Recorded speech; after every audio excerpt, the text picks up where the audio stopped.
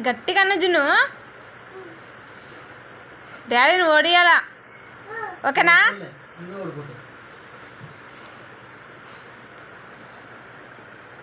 గట్టిగా గట్టి ప్రెస్ చేయి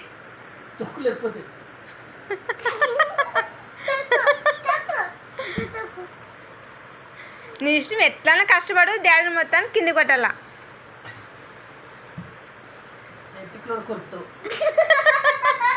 వాని ఇష్టం ఎట్లా చేయను